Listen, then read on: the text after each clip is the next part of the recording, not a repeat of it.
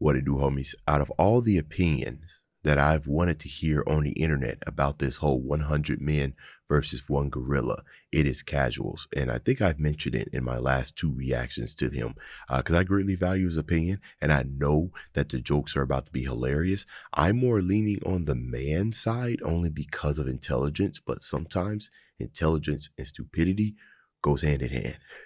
Anyways, let's go ahead and shut up, turn it up.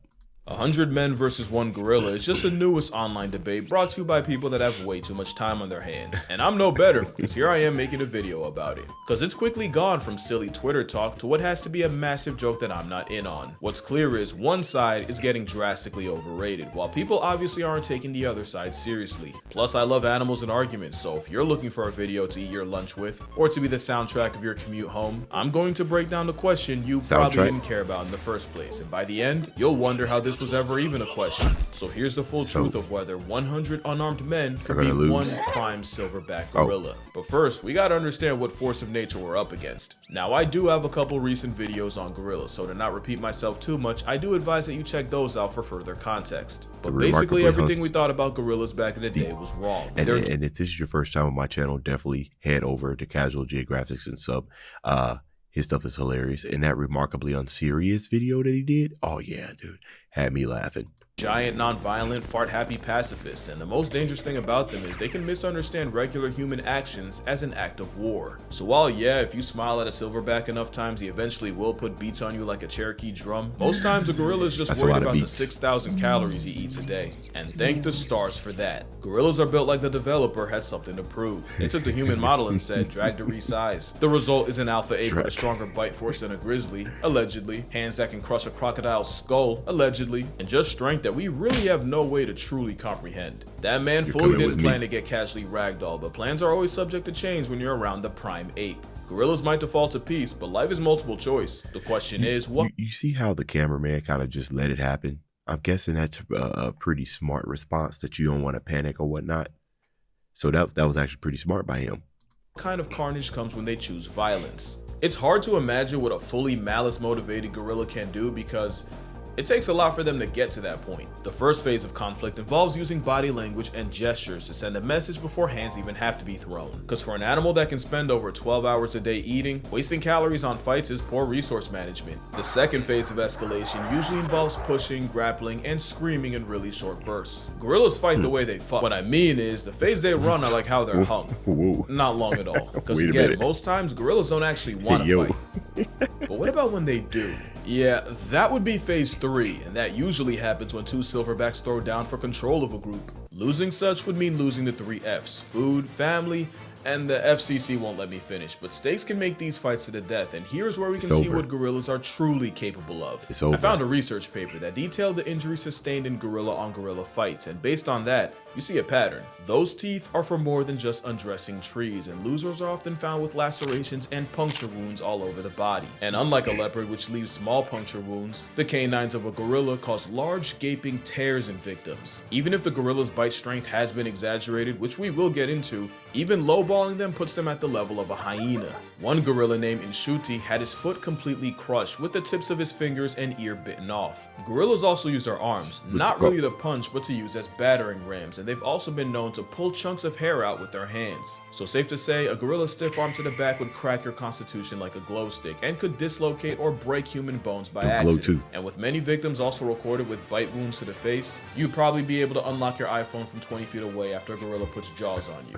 So what chance would an army of humans have against a 500-pound berserker? Well, hot take, gorillas have been drastically overrated in many ways. First, as fighters. Gorillas aren't efficient fighters, they're more physical brawlers and grapplers, and with everything I've said, most fights last anywhere from a couple seconds to 1 to 2 minutes at the most. You know, interesting, I kind of akin, especially like gorillas to the very, very basic levels of fighting, you know what I mean? Like if you don't know how to fight, or maybe even if you do know how to fight, all of that's like right up here, assuming that you haven't had it like super drilled into it to where it becomes like a fighter, like an automatic, like some type of ultra instinct type of thing.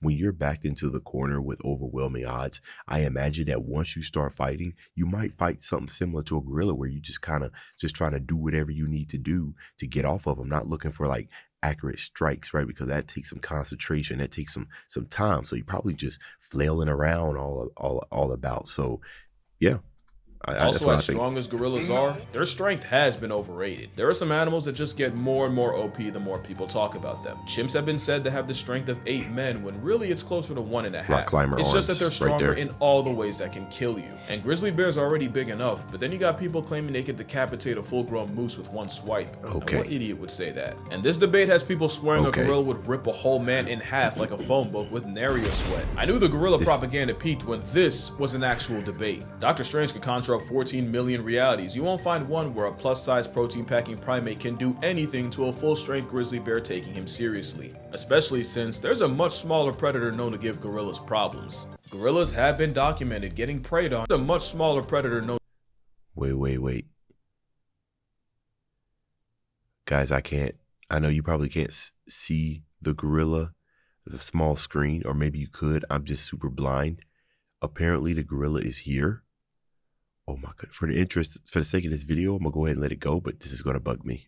Known to give gorillas problems. Gorillas have been documented getting preyed on by African leopards. Even with jungle leopards being bulkier due to less competition, that's still an at most 180-pound cat past tensing Optimus Prime. Now let me be fair, these are rare and leopards usually go for hoofed animals, wild pigs, and monkeys. Gorillas are actually too big and too social to be a regular on the grocery list, so it sounds like my whole point is trash. But that same paper listing gorilla on gorilla violence also showed the aftermath of leopard attacks. In those reports, all leopard victims took bite wounds to the head and most of the arms, with lacerations localized about the neck and claw marks on the trunk. So even though it is rare and a one-on-one between a silverback and a leopard might mark both, if a gorilla can struggle with less than 200 pounds of predator, a 900-pound duratio would give Harambe a bunkmate. Also, against 100 men, there are some very real issues that could be game over for the gorilla. The big one is endurance. Gorillas are dangerously close to being hot girl fit. They're best using explosive bursts of energy, not sustained strain over a long period of time, and a fight against 100 humans would likely last hours. Which is really bad considering compared to us, gorillas have poor temperature control.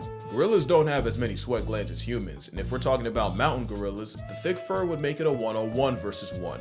The men, and the risk of heat stroke. That is if the ape doesn't just have a heart attack. Cardiovascular disease is the leading cause of death in gorillas in zoos, and 70% of male gorillas in zoos suffer from heart disease that'll past tense them prematurely. Now that might just apply to zoo gorillas, but it's still a factor. Another is the very temperament of the gorilla is highly non-confrontational. They're more likely to run away than run a fade. But most importantly, the brawling, grappling build is not a good combat style against multiple enemies. We know that cause there's another African predator that's been giving gorillas hell, and you may not have even realized it. And it's weird because for a while, gorillas and chimpanzees seem like they were on good terms. They've been recorded foraging together, and they'll even have their version of primate playdates. That all changed when the chimps started chimping. A couple years ago in Luongo National Park, scientists witnessed a gang of 18 chimps jump a gorilla family of 5. That's 3 females, 1 baby, and a silverback. The turf war lasted an hour, and even with the silverback apparently testing ragdoll physics, throwing chimps in the air, and even managing to injure 3. Eventually he was surrounded and chased off by 9 chimps. The adults got away, but the chimps managed to snatch the baby gorilla of the group, which was promptly eaten. The second attack involved 27 chimpanzees and 7 gorillas, and this time the silverback made a business decision and immediately climbed out of the trees and fled the scene. Yes, comparing chimps to humans is comparing durians to jackfruit. The moral here is the one gorilla can not only be overwhelmed, but neutralized by numbers. Because if there's one thing that's being dangerously underrated, it's the power of friendship. Don't laugh, I'm serious. If you remember this picture, then you know this was the 100 Men 1 Gorilla of 2018. It's pretty self-explanatory. Everything here is coming for your life except the 2 you picked to run defense for you. And I'm just gonna kill the suspense. If one of those picks isn't the 10,000 rats, you have no idea how big 10,000 is. Add eagles for aerial support, and the rest of the field would have over 200 rats to deal with each. And it's cause the power of plurality is one of the most broken strategies in nature. Mobbing refers to an anti-predator behavior where prey animals approach, harass, and sometimes attack their own predator. It's how one animal can shift an almost impossible matchup in their favor. One hyena to a lion is a chew toy. Add 20 and it's a life lesson. Pilot whales have been on record chasing orcas out of high competition areas and even actively following the sounds of orca hunts. There's plenty of examples of weaponized unity in nature, but probably my favorite case of what's a king to a mob happens off the coast of South Africa. You know, I kind of thought this. Not for all the elaborate points that he is making in his video, but I was just sitting there thinking about sheer numbers of things, right? Because even if there's like a really big, huge, let's say that you're going up against the most powerfulest, bulkiest of martial art trainers, or somebody that really, really knows how to fight.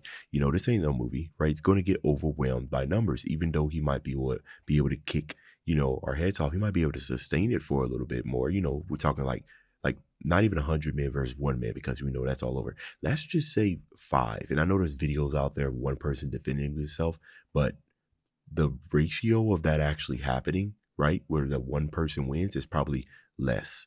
Maybe even less if we're talking about a trained fighter.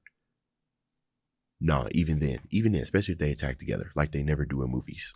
Where fur seals have to risk their spot on the census every time they check the fridge, cause the seals can't go out for groceries without the chance of running into the biggest predatory fish on earth. Every year, great white sharks will gather around fur seal nurseries and snatch any inexperienced pups. The problem is, so many sharks show up that a seal can dodge one great white right into the jaws of another. You've seen this movie before, but there's an alternate ending. Scientists have recorded fur seals squatting up into one giant group and using their numbers to turn on the sharks closing in. And as the mob gets bigger, the seal force gets more confident, leading to them escorting the 20-foot assault submarines back out to sea. So with all this, now it doesn't seem like a stretch to favor 100 men over just one gorilla. You could argue that the seals and the other mob merchants aren't actually getting physical with their final boss. That's true, everyone's asking if 100 men could off a gorilla, no one's asking how. Well, that's why I'm here. But first, obligatory, don't try this on a gorilla, or at least don't blame me for the consequences if you do.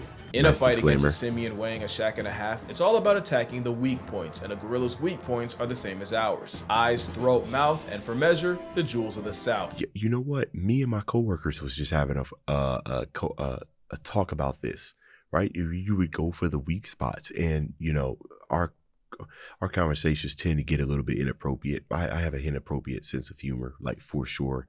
And that exact area is where I was just sitting there thinking, little distraction. Hey, how's it going? Hey, how's it going? And then boom, you know what I'm saying? Then it's over. It's over. You know what I mean? That might take maybe 15 people, really. I mean, yeah, if it's a fight, you know what I'm saying? You're using everything to your advantage.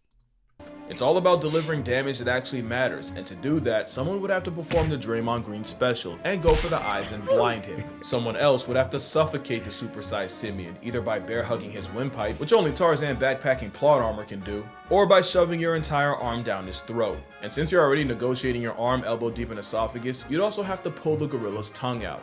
I call that the Leopard method, because a 73-year-old once soloed an attacking leopard by reaching into its mouth and ripping out the leopard's liquor. And speaking of grab and pull, someone would have to be elected to perform Draymond's final smash and go for the gorilla's unmentionables. Hey, don't judge. This is war. The rest would have to use their combined strength to pin the primate down, with the remainder delivering kicks to the gorilla's flank, the most powerful natural attack to the gorilla's most vulnerable area. That would probably be the best way to chip away at a gorilla. One problem though, this is still a gorilla we're talking about. Even with everything I said about their strength being overrated, a gorilla fighting for its life would show you destruction like you've never seen. It doesn't matter how many men, the method, or the facet, for those first few, their only outcome is a closed casket. Even if numbers eventually win, those first dozen or so men would be horrifically maimed, mutilated, or straight up murked. You can argue that if I can mention that 100 men running over the hill would intimidate even a gorilla, witnessing men getting mauled and disfigured would inflict psychological damage. There's an argument that witnessing the sheer carnage would weaken the resolve of the others. Yeah, because people were saying that, even if this was a real thing, who's going to be the first person to run up and get the belt?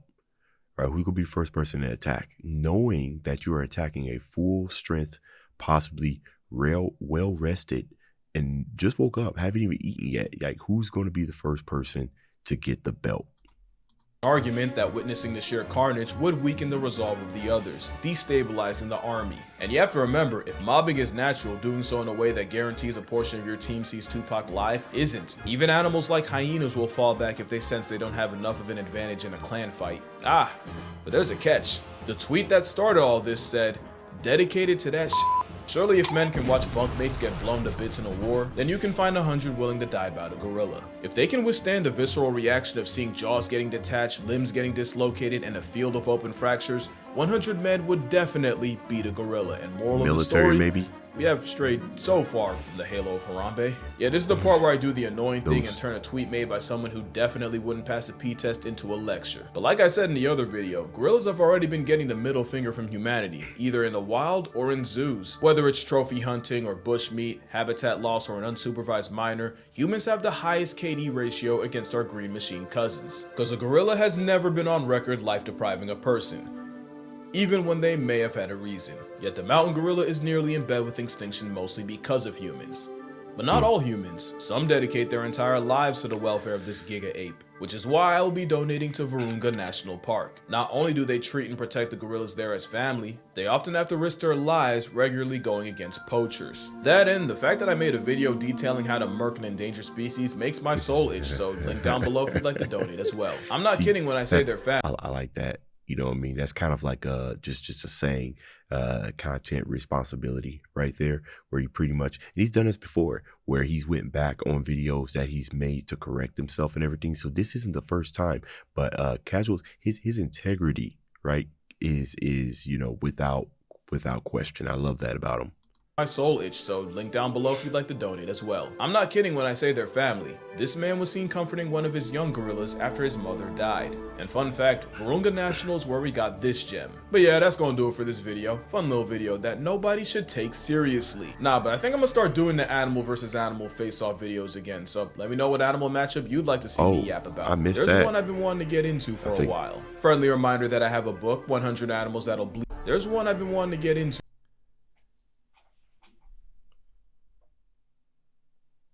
It's like I can't make it out. Oh man, I'm gonna be so mad. I feel like I should know. Whatever. Okay.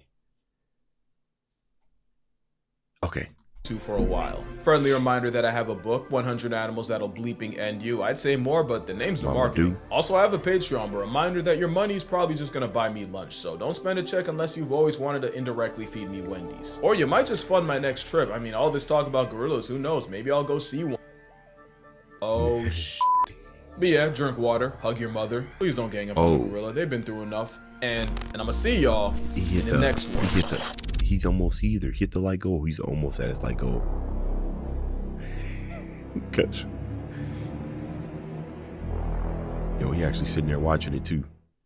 Okay, yeah, that's who I needed to hear the opinion on. And it more so aligned with what I was thinking and everything. But it is kind of crazy how internet trends could just take a mind of its own. Like, who would have known that would explode? Like, what? It's just random, bro. It's just random. But anyways, let me know what you thought about the video down in the comments. Dibs out.